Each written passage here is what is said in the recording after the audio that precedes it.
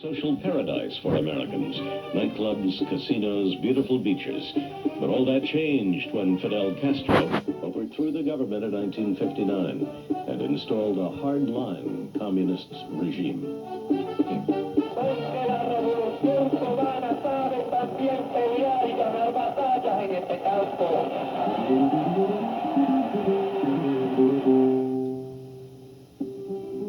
Today, isolated and shunned by most of the world, Castro's Cuba teeters on collapse. Ironically, one of the few professions to prosper in Havana is that of prostitution. I remember since I was 13, 14 years old, the way that the prostitutes work in Cuba. They have houses on the whole street, 2 or 3 neighborhoods. It was the traditional way in Cuba.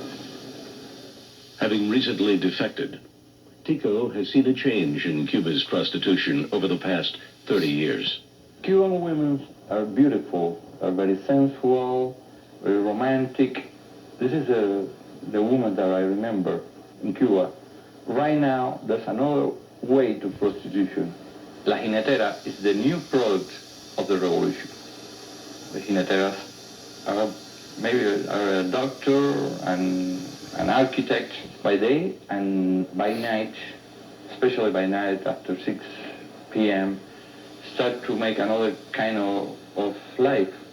With dollars, you get power in Cuba to get clothes, get things that you cannot receive from the government with your Cuban pesos. Start a new era of prostitution in Cuba. The woman who works like professional by day and by night becomes prostitutes. A prostitute in the United States, especially a street prostitute, they are normally hooked on drugs, cocaine being number one, or perhaps even marijuana, where a prostitute in Cuba is a prostitute because of the economic structure in Cuba. For example, a doctor in Cuba will make $50 to $100 in a month, where a successful prostitute can make up to $300 in one night.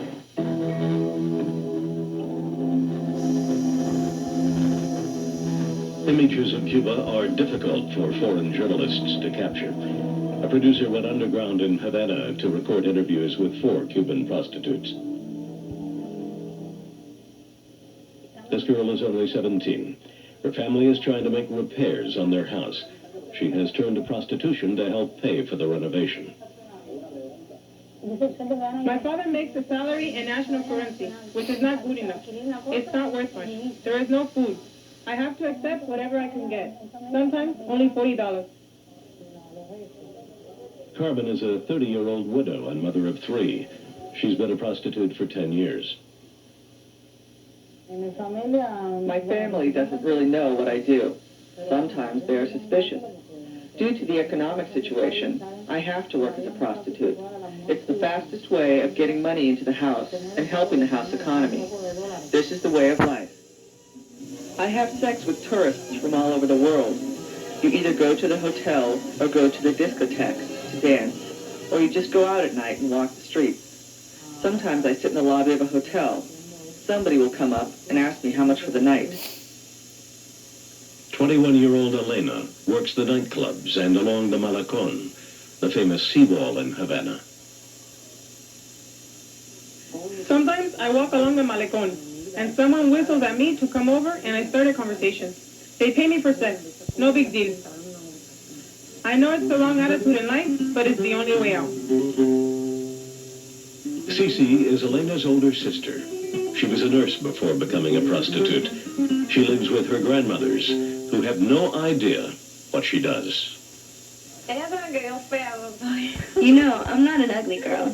I told him that I have a boyfriend who works in a hotel. If I come home with gifts, I tell my grandmothers that it's from my boyfriend. What will you be doing in 10 years? Me? The same. Will you always be a prostitute? I wouldn't want to. Is it morally difficult for you? A lot.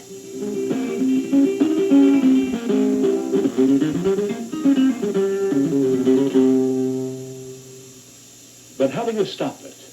When we come back, inside the workings of vice squads, trying to at least slow down a growing business.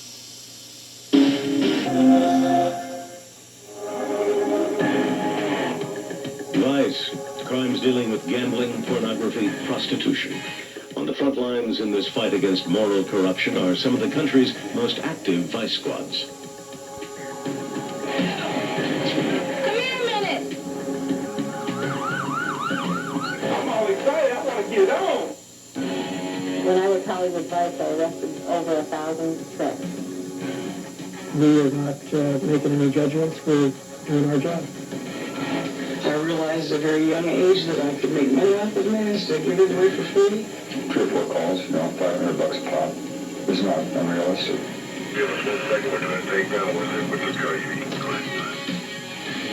Hey, Metro Police, go down the purse.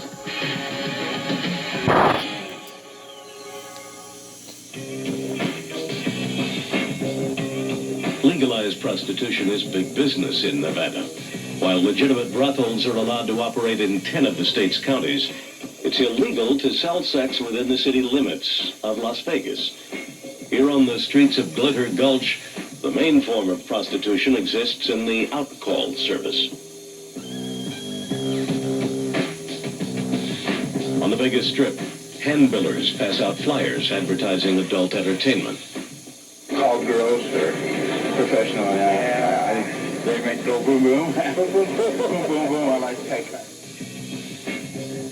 These illegal outcall services generate millions of dollars a year. To combat this lucrative business, Las Vegas Vice sets up a series of sting operations at a local hotel. Vice officers pose as tourists looking for some entertainment. I'll see if you can come to my room. In an adjoining room, other officers set up a surveillance system to monitor the operation. In order to make the arrest, officers wait for the prostitute to disclose her price. Okay, usually how we usually work it is $150 for the hour, and if the guy wants us for the whole hour, he wants to do a bunch of different things, it's usually $500 for the girl, for the hour. Okay. So if you wanted 2 hours, then it would be $1,000 for the girl. She said what she needed. Oh, we got it. Yes, Okay. Once the call girl discusses her price, the Vice teams swoop in to make the arrest. Hi, kids. Hey. Metro Police, go down the purse. Police officers. Okay. You're under arrest. Okay. How are you doing? Hi. I know you. Many of these women have been arrested before. For others, being arrested is worse than the actual crime. Somebody going to be upset that you're doing this if they find out? No. You're not worried about anybody finding out that you're going to do this? No, everyone knows. Everyone knows? Whoever has to know knows. After only a week? How do they find out? I told them. You know, and a very unfortunate thing for these young ladies because they're scarred for life. I mean, you're never going to be right once you get involved in going out night after night after night, having sex with, you know, just faceless, nameless people for months or years at a time. These people have no future, and they're, you know, these girls their lives are shattered.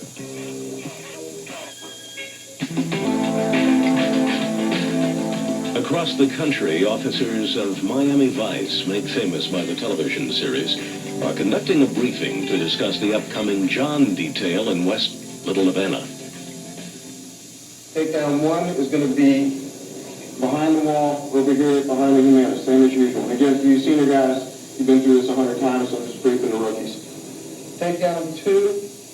Sergeant Jim Bilberry, a member of the Miami Police Department for 14 years, is in charge of tonight's task force. The problem is when you're stopping people out there, particularly in this situation here, you don't have a clue as to who's involved in this. This could be, and literally, we've done everything from priests, policemen, businessmen, doctors, all the way down to people that had felony warrants out for them, people that were wanted, things like that. So you really don't have a clue. So consequently, we have to take it very seriously on each arrest. We get all types, from young to old. I think the youngest that I've come across out here was probably 16. It makes no difference out here. We get all types. Detective Alina Pena is one of the decoys in the John detail. You don't know whether the person is armed or not, what their intentions are. They could grab onto you, which is one of the reasons that we're very careful when we do these type of details and we don't get too close to the vehicles. It's like shooting fish in a barrel. To be quite honest with you, I could probably dress these girls up like Mother Teresa, and they would still stop. Nothing really slows them down. Just to let everybody know, both girls were operational. We've got a guy on a bike just facing the restaurant who's stopping to the moon. ¿Qué es lo que quieren? ¿Un blog? ¿Thanks? ¿Qué es lo que quieren? Háblame cubano. ¿Quieres el thanks, Mom? Maria! I'll be back! Once Detective Pena makes her signal, the takedown teams come in and make the arrest. Okay, now to start moving on this. The guy on the bike is good. $40 for all night at her hotel room for everything. $20 around the world. What's that? I'd rather not talk about it in the parking lot.